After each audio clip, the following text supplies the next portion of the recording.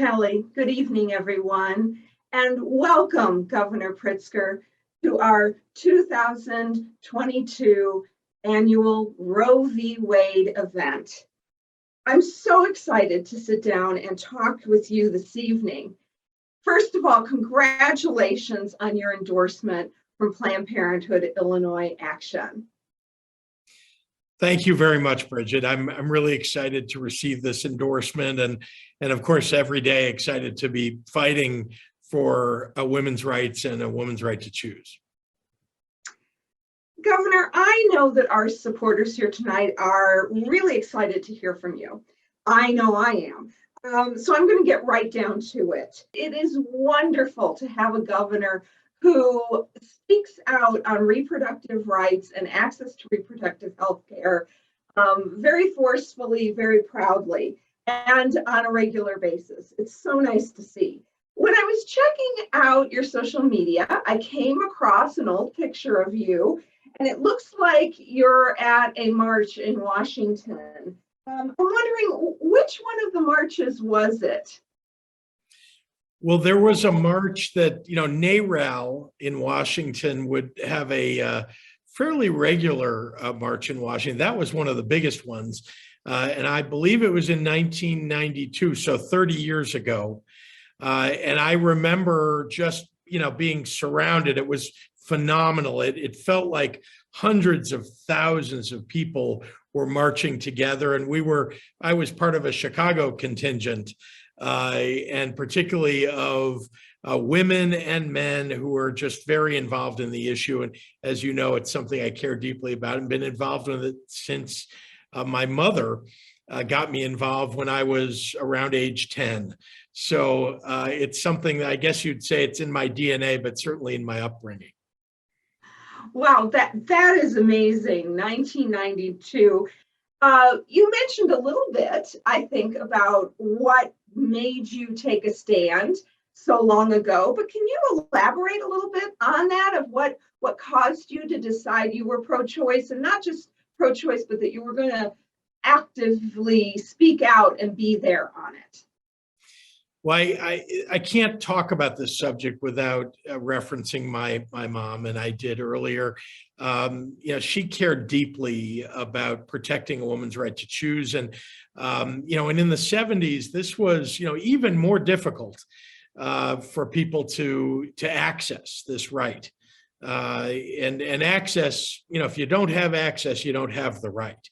So she cared about it, fighting for it on a policy level, as well as making sure that people had real access to the actual doctors, nurses, and medical providers that could provide abortion services. So, when you're young and your parents are involved in politics, my mother in particular, it gets ingrained in you. Now, my mother unfortunately passed away in 1982 when I was 17, but it was ingrained in me already. And so from my early days to even after she passed away, I got involved in pro-choice organizations, in marching and standing up for a woman's right to choose. And yes, it was originally because I wanted to honor my mother and because it had become so ingrained in me. And I could not imagine that the government would take away these rights. But I have seen, unfortunately, over many years, and particularly in the last 5 years, slowly but surely the right has been taken away, or at least it's been diminished. And that's extremely upsetting after so much progress has been made. Now we're on the verge, unfortunately, of losing that right for in our country, and maybe 25 states, if Roe v. Wade gets overturned, 25 states may become anti-choice states. So we have an awful lot of work still to do. I'm motivated by that work. I'm motivated by standing up for a fundamental right, and it's why we've done so much here in the state of Illinois, just in my 3 years in office, to protect that right. Yes, I think you've made a great segue into my next question, which is I wanted to move forward to the moment of now. What would you say to folks to help them be motivated in 2022? What message should the people tonight carry away with them to share with their friends and family about 2022 and how we can act, vote, and win in this upcoming election? Well, the first thing I would say to everybody is there is no guarantee that things could not be reversed in the state of Illinois. That's a sad thing to say, but it's true. We have passed the laws that will protect people here in our state, but those laws can be undone if the wrong people take office. And I want to add that even if the legislature remained pro-choice, if the governor of the state is somebody who's anti-choice, think of the positions that they appoint, that I appoint, leading, for example, our Department of Healthcare and Family Services. Decisions that get made about access, about your ability to get the reproductive care that you need, get made by the executive branch in many cases, particularly for people who are on Medicaid. And so a governor can make bad decisions that do not protect a woman's right to choose.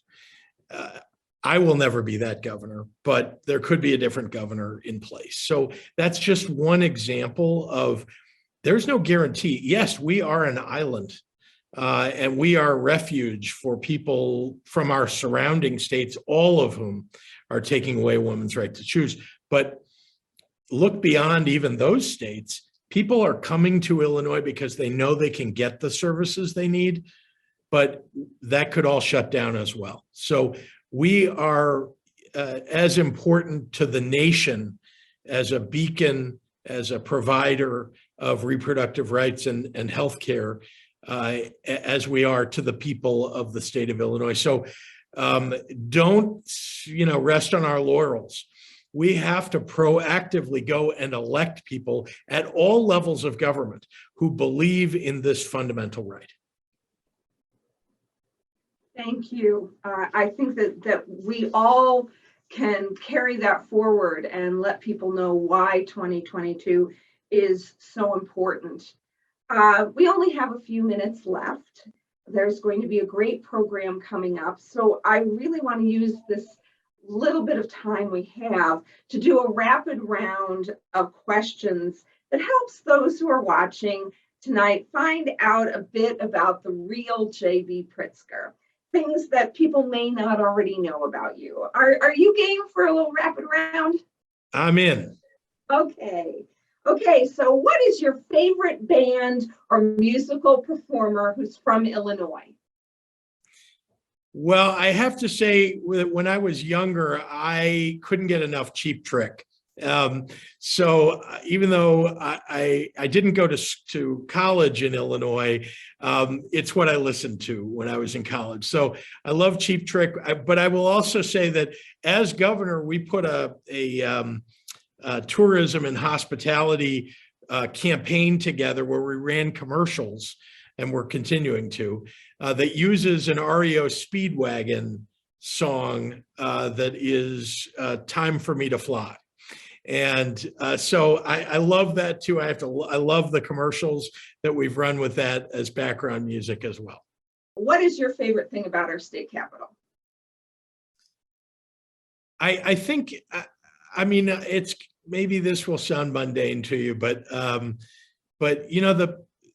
my experience with the people who work at the Capitol every day, and I don't mean the politicians, the lobbyists, I'm talking about the people who work at the front, at the door, the state troopers, the police, the people who work in the building every day to take care of things. A lot of people don't talk to those folks, and they're terrific, and they know so much about the state capitol that the rest of us might not already know. So really my favorite thing about the state capitol is those folks, and they're sort of a hidden gem about our state capitol. It's a beautiful state capitol, and we're renovating it now. And so it's going to be even more beautiful, but the hidden gem is the people.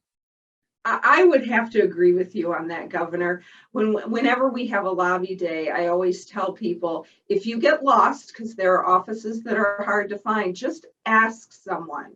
Anyone sitting at the information desk, to the doorman, to whoever, they're always wonderfully warm and friendly and willing to help anybody out, which is why I bring donuts to the security guys and the doormen every year. That's a smart move. And let me just add, though, you just said something that I often say to people outside the state of Illinois about Illinoisans and why this is such a great state. It's, the example you gave, and I often say, if you're walking down Michigan Avenue or some other place in Chicago, for example, and you're a little lost and, you're from out of state, you're looking at your map and trying to figure out which end is up, someone will stop and ask you, can I help you? Where are you going? Let me show you the way. It's kind of an amazing thing, but I mean, just people are decent and good-hearted, and it's different than most other states, I have to say. And it's not just in Chicago, it's all over our state, at the state capitol and everywhere else. What Illinois historic figure would you like to meet and have dinner with? Well, I don't think I could answer that question, at least without saying Abraham Lincoln, because I mean, it would be amazing to have that conversation. But, sometimes I've been asked, who's your favorite or most interesting governor in history? And so I've always said, and people don't hear this name a lot, Edward Coles. He was our second governor of the state, and he was actually the governor that oversaw the first state law that outlawed slavery in Illinois. So if you really want to know what ultimately led to Illinois remaining, a free state and not a slave state, you could go all the way back to the early 1820s and Governor Coles, Edward Coles. So I think that would be an interesting meeting and conversation, because it's so early. If you think about the history of the United States, that's so early in our history. It's so early in, after our state was created in 1818, to establish something as important as this is a free state. What is the best thing about being governor of Illinois? Well, by far, honestly, the best thing about being governor of Illinois is the ability every day to actually make a difference in people's lives and families, workers' lives. I mean, when you think about the work of legislators, which is, long and difficult to try to craft legislation, work with others, bring people together to pass something important, hugely important function of government. Governors have a slightly different job, right? And it's the ability to move quickly to get things done in ways that legislatures are more deliberative about. That's not to say we don't think in the executive branch, about, all the processes and effects of the things that we decide, but the ability to move, think about, we have a flood in the state. I can call out the National Guard. We can start, sandbagging and protecting areas that would otherwise get flooded immediately. That's something I can do right away. You can think about COVID and the, responding to the emergency of the virus. That's, we had to move quickly. The ability to kind of move resources to protect people, and not just in those kinds of deadly emergencies, but, in people's everyday lives. So that to me is kind of the best thing about being the governor of Illinois is being able to move quickly to keep people safe. Well, Governor, you have been a fantastic guest tonight. I have so much enjoyed chatting with you. Do you have anything left that you would like to say before we head into the rest of the program? Well, Brigid, I first thank you very much, and this has been very enjoyable. But I also want to say to all of the supporters of Planned Parenthood, to all the people who rely on Planned Parenthood, that you really do amazing work in our state. I mean, I see Planned Parenthood activists and advocates at the Capitol frequently, and of course all over the state. And Planned Parenthood is a very unusual, important, major organization that is in the business of protecting this incredibly important right.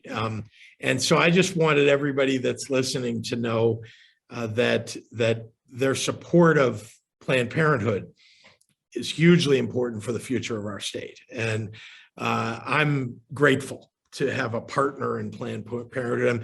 I'm obviously extraordinarily grateful to have the endorsement of Planned Parenthood. And I'm going to keep doing the work that we know is important to protect women's rights in our state. Thank you. Thank you so much, Governor. It has been wonderful chatting with you tonight. Now I'm going to hand things over to the Planned Parenthood Illinois Action Board Vice President, Elizabeth Posner.